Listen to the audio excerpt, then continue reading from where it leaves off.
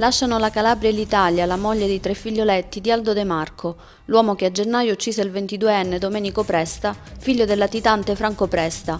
La magistratura aveva assegnato la loro protezione, ma questo non ha vinto il timore della famiglia di diventare vittime di eventuali vendette trasversali.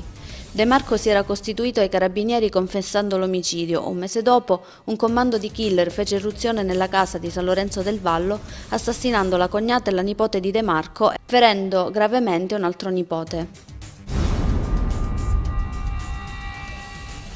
È già al quarto giorno la protesta dei lavoratori precari dell'ASP di Crotone, asserragliati sul tetto dell'ospedale San Giovanni di Dio.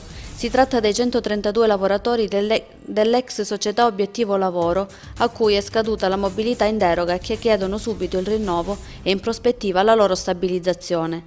Della loro situazione si discuterà mercoledì alle 15 presso il Dipartimento della Sanità alla Regione Calabria. I lavoratori hanno sottolineato che non abbandoneranno la loro protesta finché non avranno risposte concrete. I consiglieri Ubaldo Schifino del PD e Salvatore Lucà della Compagnia dei Democratici hanno tenuto una conferenza stampa per sollecitare la convocazione del Consiglio provinciale sui risvolti politico-amministrativi dell'operazione Idra della DDA, sulle motivazioni dell'azzeramento della vecchia giunta e la presentazione della nuova. Aspre critiche i due hanno rivolto al presidente Stanislao Zurlo, che avrebbe esautorato il ruolo del Consiglio, e lo hanno invitato a chiarire tutti i lati ancora oscuri della vicenda. All'iniziativa hanno aderito anche i consiglieri Antonio Scigliano e Natale Martucci. È stato inaugurato l'anno giudiziario tributario a Catanzaro. Nel tracciare il quadro dell'attività svolta, nonostante la carenza cronica di personale, il presidente della Commissione tributaria regionale della Calabria, Gianfranco Migliaccio, ha evidenziato che sono stati decisi 13.963 ricorsi pendenti. Migliaccio ha detto che è necessario creare un giudice tributario che legittimi la sua esistenza in base ad una selezione che avvenga con le modalità previste per le altre giurisdizioni.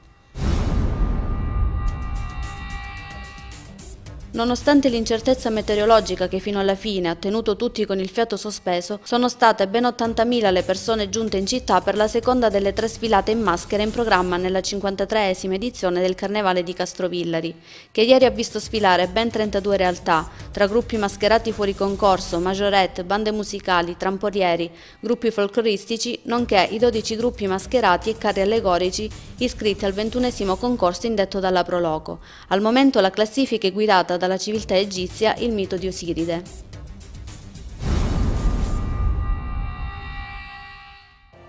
Sabato sera al Gran Teatro Le Fontane, Gianluca Grignani con il suo romantico rock show si è esibito nell'unica tappa calabrese del suo tour. Dopo 15 anni di carriera e 10 album incisi, Grignani ha mantenuto sempre lo stesso look, con i capelli lunghi, jeans, giacca di pelle e chitarra in mano. Standing ovation per i brani Destinazione Paradiso, Falco a metà, Sei unica e La mia storia tra le dita. Grigna, così chiamato dai suoi fan, ha chiuso il concerto cantando Cammina nel sole. È approdato in Calabria con 3 tappe a Rendano di Cosenza, al Palamilone di Crotone e al Teatro Le Fontane di Catanzaro lo spettacolo dello showman Giorgio Panariello. La ricetta proposta dal comico toscano è un mix tra vecchi e nuovi personaggi, tra cui Naomo, la signora Italia, Raperino, il PR e ancora Merigo. C'è spazio anche per le new entry, Silvaia, commentatore da bar dei fatti della vita, e Luigi, il maestro di ballo finto brasiliano. Panariello poi si cimenta anche con la musica, con omaggi a De André e Frank Sinatra.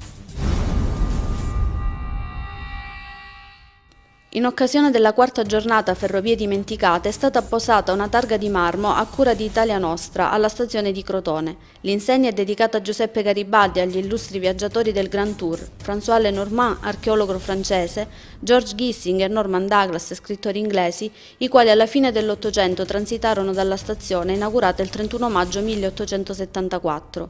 La targa si inserisce nelle celebrazioni del 150° dell'Unità d'Italia e assume perciò particolare importanza. Presente all'evento il prefetto di Crotone Vincenzo Panico.